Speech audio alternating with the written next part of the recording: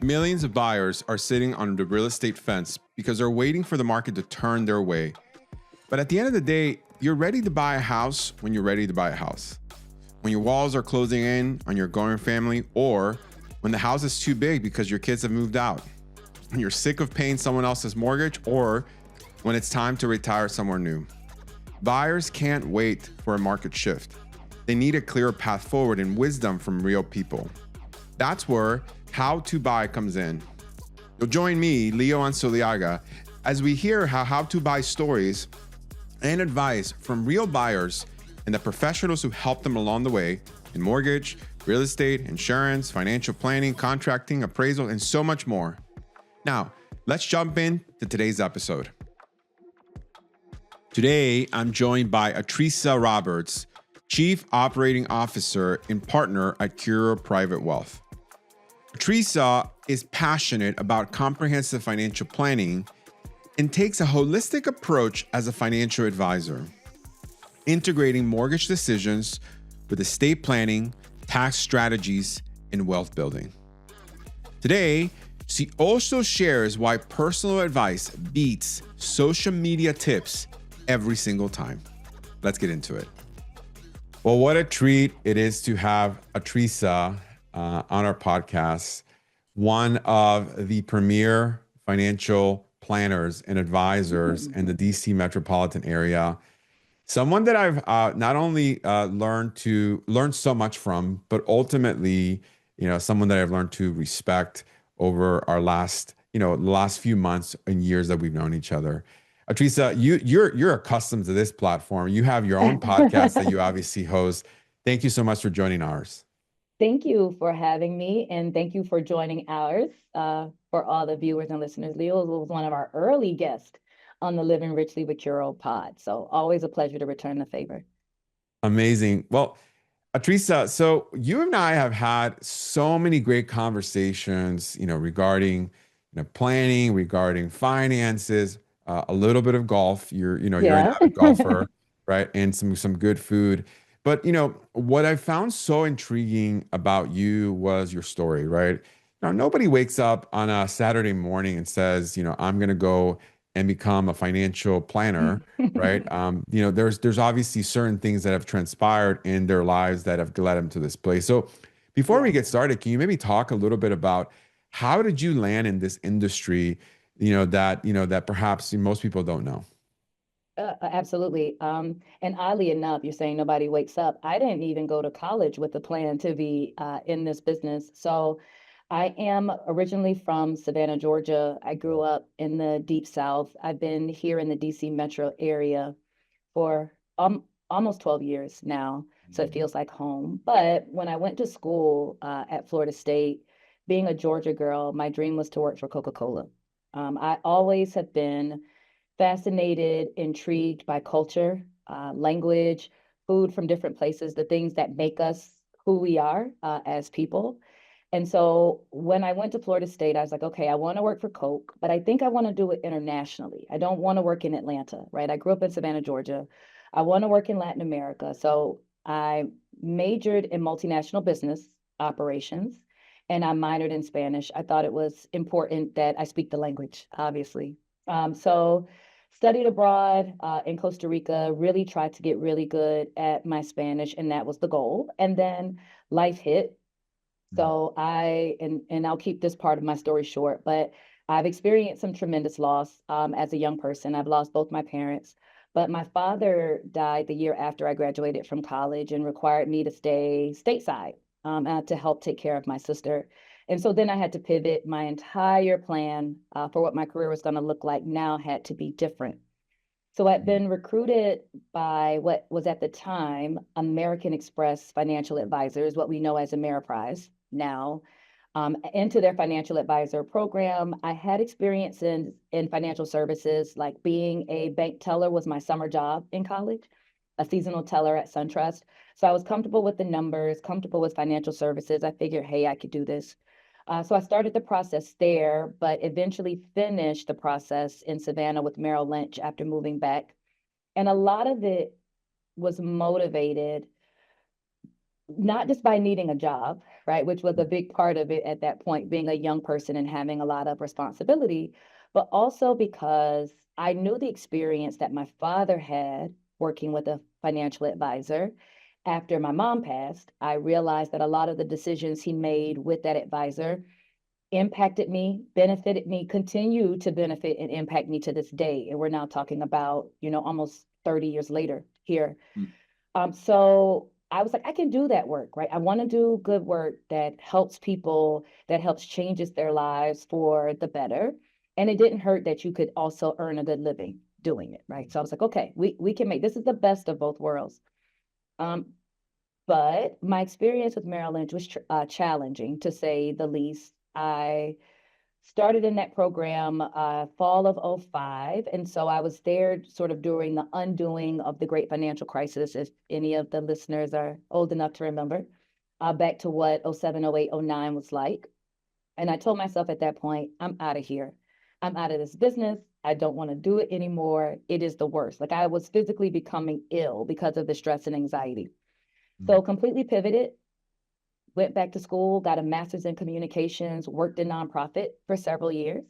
And then for any people in nonprofit, you have the same stress, anxiety, just the pay isn't as great.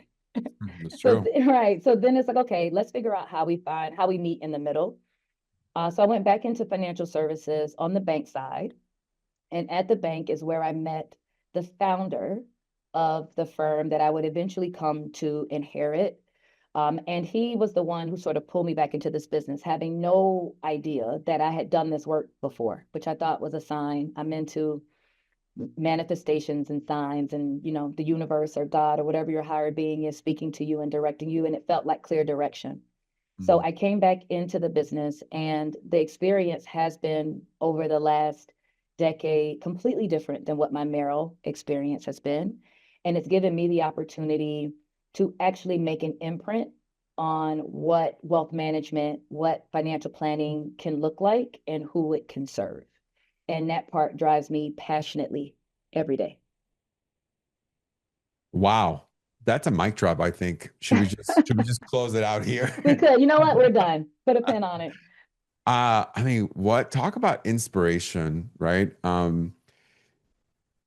Our journeys, are a series of, challenges and hurdles. One of my Hmm. friends once said that, running a race in business is not a straight line, but you're just jumping hurdles every single time. And sometimes, those hurdles will result in you falling flat on your face, and you get back up and guess Right. what? You have to jump the next hurdle. Yeah. The fact that you were able to, the fact that you were able to, not only navigate some of the hurdles or curveballs of this life, presented yourself. I mean, 2007 and 8, was an unprecedented, What a time. time, right? Because I mean, they've made movies about these Yeah. this time. And the fact that you were able to press through that and ultimately find your way is not only inspirational, but ultimately something that is, disseminated down to your clients, right? Yeah. You know, uh, Financial planning at its core, it's literally just having a guide that's saying, hey, listen, you're the pilot here, but man, you're going to need some directive. You're going to need some guidance. You're going to need some wisdom along the way. And let's go ahead and sequence that out. Let's go ahead and plan that out. So I want to start there, Atrisa. You know, like why is it that most people, Hmm. are not thinking about this? Why is it that most people perhaps have overlooked it? I mean, you talked about your dad and him Hmm. having, the foresight to be able to say, hey, we need to put these ducks in a row, Yeah. not just in the event of things happening in the future, but obviously to protect and ultimately Hmm. bring, clarity to our plan. So talk a little bit about that and what kind of advice would you give our audience around financial planning? Sure. I think traditionally in our business, in the wealth management side of the business, we've always been focused on one side of the balance sheet because that's how we've been paid. Let's be honest, right? Advisors are typically paid, 40, 50 years ago, it was commission. So us selling you product, selling you stocks. Now most advisors go to some sort of a fee-based pricing model. but we get paid based on the asset side of that balance sheet. And I think because of that, investors typically think of what we do that way. So they immediately cross themselves off the list if they don't have a ton of assets, right? They realize that that business is not for me. Those people don't want to work with me because maybe the asset side of my balance sheet isn't so juicy. The thing that you and I both know is that who we are financially, is reflected on both sides of that sheet. And so learning how to manage all components of that, assets, debt, risk management, transferring to the next generation, all of those things play a part in how successful we are financially. And so we throw around the term holistic planning. I mean, I'm sure people have heard it in commercials, but I think what it really means is thinking about who you are as the total person, every part of it, the things you dream about, the things you worry about. And if you really dive deep, you realize that a lot of that is connected to money. Even if the worry is not about money, it may be something that indirectly finds its way back, right? I'm up at night and I'm worried if I'm going to be okay if I get sick. Well, in this country, most of us worry about that because we know how expensive it can be to get good care. Are we insured enough? So sometimes if you really think about it, it all kind of winds its way back to what you're doing financially and how well you're doing it. And so what I have committed to my partner and our firm here at Curo is working with our clients in the total of who they are. So not just what assets they have, what debt they have, what concerns they have, what care issues they're facing, what risk management issues we see. And we try to find solutions to help alleviate those worries and uncertainties. And I liked your analogy about the pilot. And so I often think about it like sports. Like our clients are the ones on the field, right? They're the ones doing the work every day. They got to go out and earn the money or throw the ball or make the block or make the pass. We like to think of ourselves in two ways. One is the coach, right? We want to help you with the strategy. You need the game plan, but also as the front office, right? I want to help make sure that you got the right players on the field with you. And that means that I'm not all the time the only person that can help, right? I'm really good, not to toot my own horn, at what I do as a planner and an investment manager. But there are experts who are better than me at insurance. There are experts who are better than me at debt management, at mortgages, at estate planning, right? I have a high level view of those things, even on taxes, right? We do tax strategy, but there are CPAs, tax strategists who are much better at those things than we are. And so when we work with a client, we help them identify who else needs to be on the team, who else has got to be on the field. Enter Leo, right? So we have this relationship because my banking experience, my wealth management experience speaks to mortgages, but not in the specific, detailed planning, future forward way that you and your practice think about it. So I want you on our team. I want you on the field with our clients. So when they have answers and issues that we can answer and provide, they know that we are still going to help coordinate every aspect of their life, even if I'm not getting paid on it, right? I'm not going to get paid on whatever mortgage they write, and that's fine. My responsibility is to make sure that I'm solving all of the problems that they face in their life and what keeps them up and what makes them worried. And so as long as we can provide those solutions, then I'm happy to do it. Wow, what amazing nuggets of gold that you have provided here. Because you're right, oftentimes, people know the what, right? Holistic planning is a term Mm-hmm. that your industry Mm-hmm. talks a lot about, but the how is beautifully illustrated in what you just said. You not only need a coach, but you need a front office to make sure that you're aligned with the correct professionals on the actual game and on the field. Like a lot of questions always come up about like, well, should I put 20% down? Should I put 15% down? Well, hold on a second. There's a much larger question that needs to be asked in light of that. Well, are we Right. maximizing our contributions, right? Are we saving enough for college, right? Like, and so when we isolate the mortgage itself, like the majority of our industry does, although, the common way to do this, I would say the better way to do this is to integrate it all in terms of the overall plan that you're presenting to your client. That's what holistic planning Yeah. really is all about. I also like the idea of working with partners because I also believe that our decisions are integrated across different spectrums, right? So to use your example about the should I put 20% down, I remember having conversations with clients where I recommended that they didn't. And the client was like, well, of course you don't, because then that means I have to pull hundreds of thousands out of my portfolio, right? So it makes a difference though when I can say, no, no, no, I'm not just saying it because it serves my bottom line. I'm saying it because it serves yours.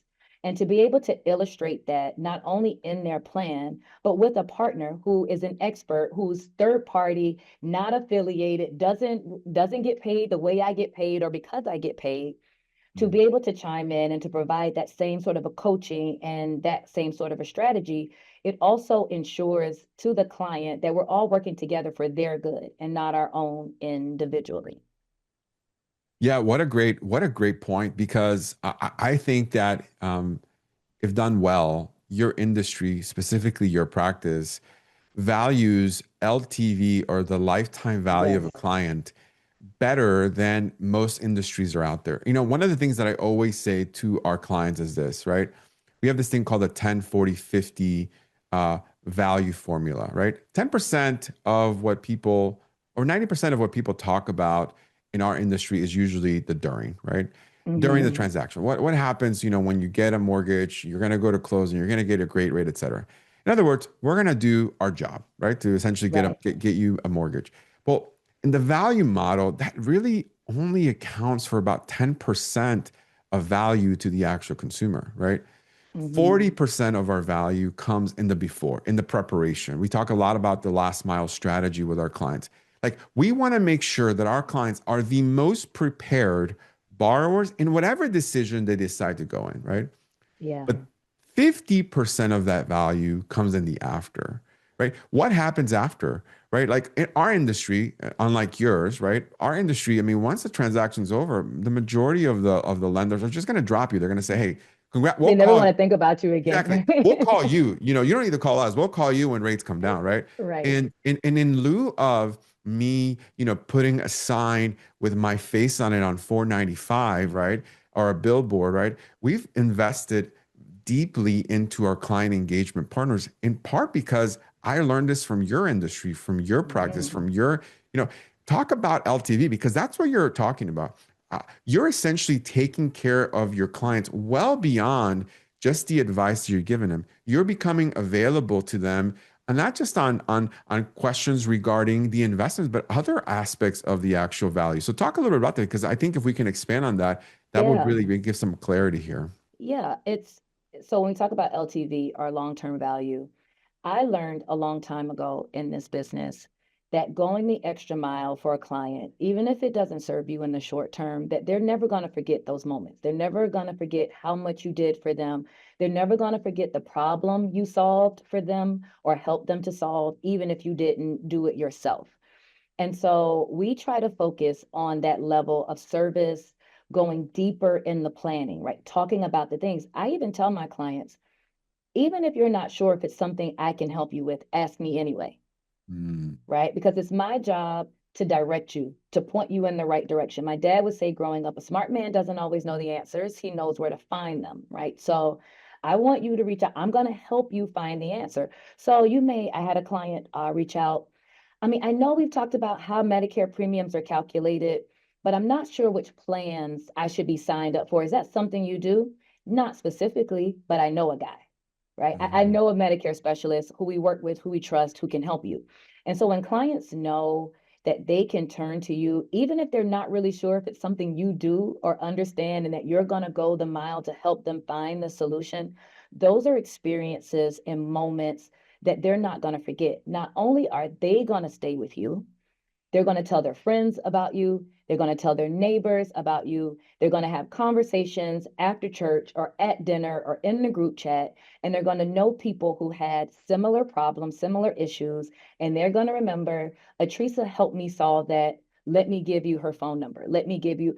That is the kind of value that you build over the long time, right? We're not in a transactional business. And it's one of the things I love about your business model, Leo, is that Coming from the banking side, I understand how transactional, more even the way we would talk about them internally were like transactions, right? And we just want to get the referral for the mortgage. We want to get them in for the meeting. We want them to submit the application. And so Mhm. the fact that your practice takes that extra step to go deeper with them in that planning is so meaningful to me because that means you're engaged with them over the long term with me, right? You're walking alongside us, not just the client, but with me as well in this process. And we know that your team is always available to jump in and not just help answer questions, but to proactively provide advice and guidance and solutions along the way. So I just think when you focus on the client relationship as one, when you assume every client's going to work with you forever, right? You change the way you think about them. You change about what you want to do for them. I tell clients all the time, I want to know who your kids are. I want to know where they want to go to school. Maybe I need an intern. I'll hire your kid, right? If they're interested, like I want us to have that kind of relationship. It's going to prove to be so much more successful for so much longer when you focus on the LTV. Amazing, amazing, amazing. Man, I could be here for hours with you. And Listen, I'm a yapper, okay? So if you no, want to no, no. talk, we You're can an talk. inspirational yapper. That's for sure. That you're an inspirational yapper. Let's talk about this. I think this would be a good Okay. segue into what you just discussed because we talk about a lot about the people that are working with us or our practices, et Hmm. cetera. But then you have the next generation, right? Yeah. Like the next generation that are listening to the what is the terminology? Finfluers or like the financial influencers, right? Like Uh-huh. consuming content on TikTok, consuming content online. Yeah. Talk about them. Like, let's talk about why do they need this level of guidance, right? In a sea of information, in a sea Hmm. of experts, right, that can talk about just about anything online. Like, talk to them and talk to them about why do we need you know bespoke Yeah. advice that is specific to them. Talk about that for a minute. Yeah. I have a little bit of a love-hate relationship with the finfluencers. One, because I think it is incredible that people can access information that once upon a time was kind of behind a wall, right? It was Mhm. behind a paywall. There were gatekeepers to who was getting good investment strategy information, who was getting good planning knowledge. So I do like that that knowledge has become sort of readily accessible. The downturn to that is in the same way I feel about AI, is that you have to realize that there's just this aggregation of everybody's information. You can't sort out what's real, what's not, what's true, what's false, who's qualified, who's not, right? So everybody now on social media can just give advice. Does anybody can call themselves a strategist and say I'm an expert, and you have no idea how to trace that back. So I think that's good, but I do think that there are nuances to who we are, Mhm. not just financially, but behaviorally. Mhm. The way we work, we all have different visions of goals and what we want our lives to look like. And oftentimes the decisions we make along the way have to be based on those nuances and not on the everyday, this is just general knowledge, right? For everyone. I'll give you an example. You may meet with one client who is very concerned about estate transfer. They want Mhm. to maximize how much they're going to leave to the next generation. You meet another client, and I actually had a client say this to me. I want the check I write to the funeral home to bounce.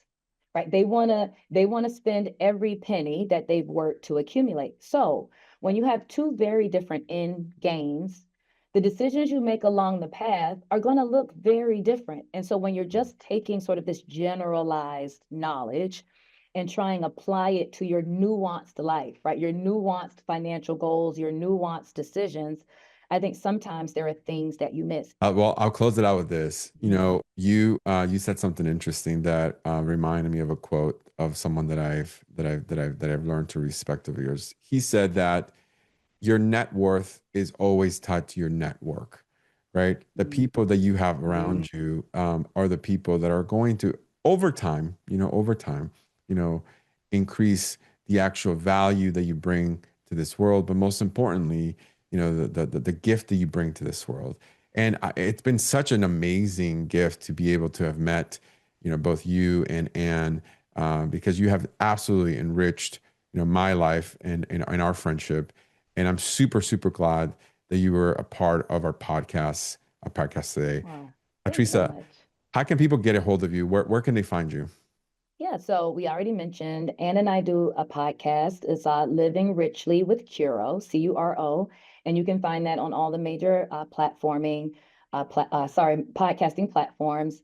We're also on LinkedIn, so you can look me up. Atricia is spelled like a Patricia with no P. So look me up on LinkedIn. Let's connect. We also share really good information there, as well as on Instagram at Curo Private Wealth, and then our YouTube channel also at Curo Private Wealth. Amazing. Well, thank you so much for joining us.